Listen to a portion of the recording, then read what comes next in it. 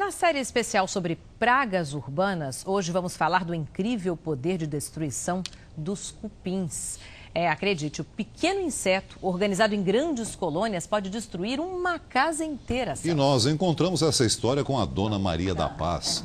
Depois de uma vida inteira de trabalho, ela conseguiu comprar um imóvel, mas atualmente está morando de aluguel. Coitada, ela perdeu a guerra contra os cupins. A reportagem de Lúcio Sturm e Mariana Brambila mostra que os cupins causam prejuízos bilionários e não é só aqui não, é no mundo inteiro. São Paulo! Prédio do Banespa, cartão postal de São Paulo. Nem ele escapou.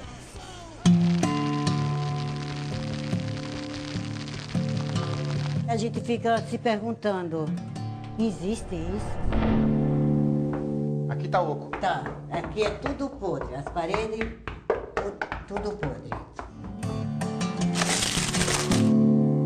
A colônia do inseto está inserida, internalizada na estrutura de madeira.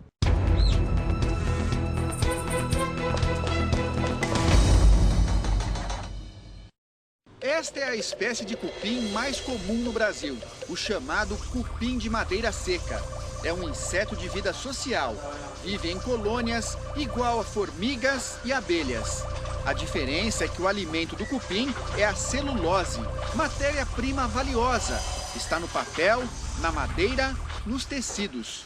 Centenas, milhares, centenas de milhares de cupins. Um exército capaz de destruir portas, móveis, uma casa inteira. Esse bichinho acabou com o sonho tão sonhado que eu tinha. Existem casos em que os cupins podem mudar completamente a vida de uma família. Foi o que aconteceu aqui em São Vicente com a dona Maria da Paz. Ela está há 4 anos morando de aluguel, mesmo sendo dona desta casa de 2 quartos, sala e cozinha. A casa está vazia, foi interditada pela Defesa Civil porque a ação dos cupins comprometeu a estrutura. Aqui na sala, isso aqui já foi um foco de cupim que foi encontrado. Era só aqui, aí o menino da Defesa Civil foi descascando, encontrou aqui e aqui dentro.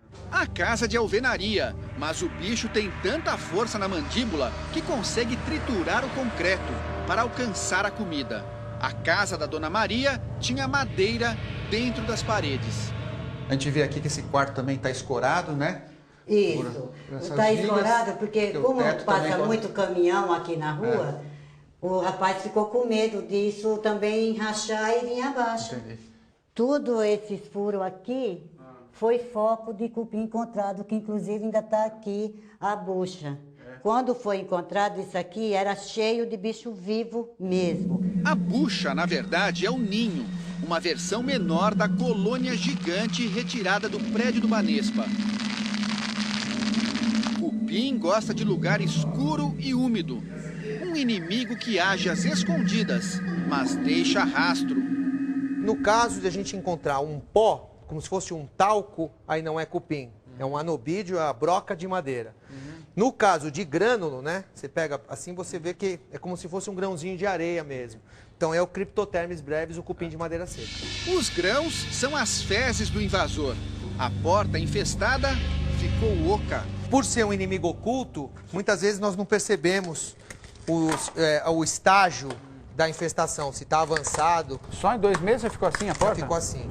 Aqui um operário numa situação de fuga. Olha só o estado dessa mala de couro. Parece que ficou enterrada por anos. Não sobrou nenhum pedaço da roupa que estava dentro. Como é que a senhora deixou esse bicho entrar aqui, dona Maria? Filho, quando eu comprei essa casa, eu não sabia que tinha. Porque quando eu cheguei aqui, a casa toda bonitinha, revestida e tal, então... A família se mudou para cá e só descobriu o problema meses depois. Enquanto eu estava consertando aqui e pondo veneno, eles já estavam indo para lá. Nossa. Foi onde foi tomando conta, que eu não tinha, noção do estrago que o cupim faz. E esse é o perigo, por exemplo, você imagina se fosse uma caixa de luz, né? Então, você tem problema de risco de ter curto-circuito, risco de incêndio. Quem morava aqui, dona Maria? A senhora? Eu e 2 filhas e meu neto. Se olhar para os lados, fazer o quê? Olhar para uma, perguntar, eu faço o quê? Perguntar para elas que elas perguntaram para mim, fazer o quê? Uma se segurando na outra sem saber o que fazer.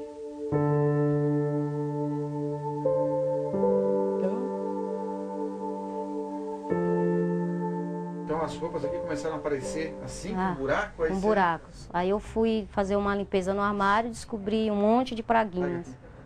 Nesta casa, os olhos atentos da empregada perceberam a invasão logo no começo. Os bichos atacaram o guarda-roupa. Aqui quantos, ó. Cientistas calculam que os cupins causam um prejuízo anual de 10 bilhões de dólares. É tanto dinheiro que daria para financiar o programa Minha Casa Minha Vida por 2 anos. A Universidade Federal do Rio de Janeiro sofre com as infestações. O prédio velho virou casa de cupim. Resultado, salas interditadas e alunos sem aula. É grave a infestação aqui? Muito grave. A gente já deu uma mexida aqui, como vocês podem notar, ó. Onde a gente vai mexendo, ó, vai caindo o batente, né? Dá pra quebrar com a mão, olha o estado que tá. Se a gente fizer assim, né, ó.